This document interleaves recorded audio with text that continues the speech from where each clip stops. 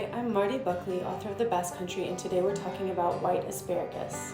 The white asparagus. So these are used in many preparations. They're featured prominently in minestra, super typical spring vegetable stew. You can use them to decorate cold salads like potato salad, often served with ham. You can even find them on dishes at fancy restaurants served with almond cream and asparagus foam or whatever. But really, most often, they're featured before the meat, served on their own, on a plate, maybe with a little bit of mayonnaise on the side, a vinaigrette with peppers and onions. So good. The taste is slightly bitter, but very sweet. Doesn't have quite as much of that grassy taste that the green asparagus has. They're amazing. Están cojonudos.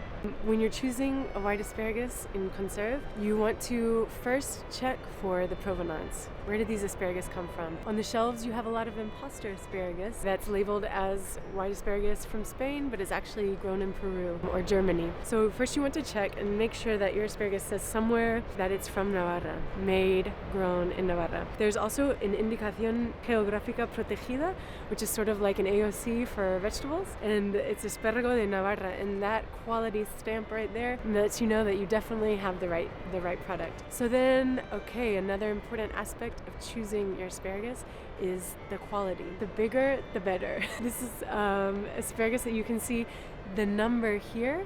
It's usually 2 numbers separated by a slash. The smaller that number, the bigger your asparagus, because that number tells you how many come in your package. So as you can see, these, which are some of my favorite white asparagus from El Navarrico, they are called cojonudos. The legend has it that one of the kings of Spain tried them and exclaimed immediately, "Está cojonudo," which is a sort of rude way to say that they're awesome. So the name stuck. You can see on the box here that it's 4/6. So in this can, which weighs almost half a pound, there's 4 to 6 asparagus. So we're talking about pretty thick asparagus.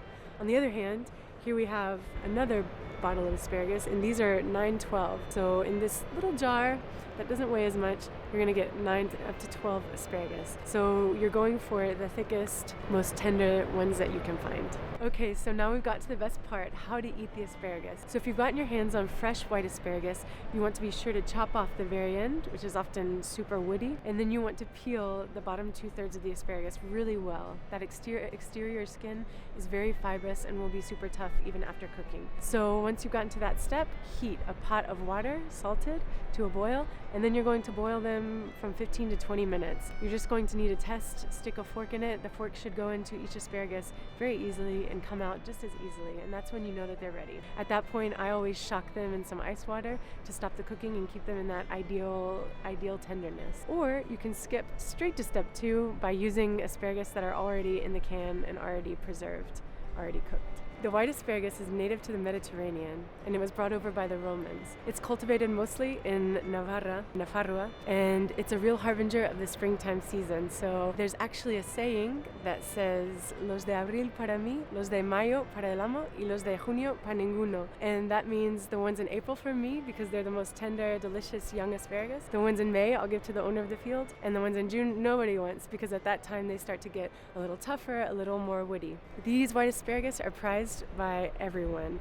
They're prized by chefs. You can find them on the menus of the best restaurants around. Yeah, they're prized by all Basques and have a really special place on the table, not just in springtime when they're grown, but year-round. Why do these asparagus fetch almost double the price of their green counterparts? It has a lot to do with how they're cultivated. So these white asparagus are so expensive because of how difficult it is to cultivate them. I've never seen a vegetable receive so much attention. These white asparagus take 2 years to come to maturity. They start off by planting the roots, which sprout small stalks, which are called the zarpa, that translates literally to claw. Then they are harvested and replanted in February. That's when the plant starts storing up reserves to then sprout the asparagus a whole other year later. So we're in year 2 now by the time the asparagus starts to sprout up. These asparagus are often called the vampire vegetable because they never ever see the light of day. The key to making a white asparagus versus a green asparagus is piling up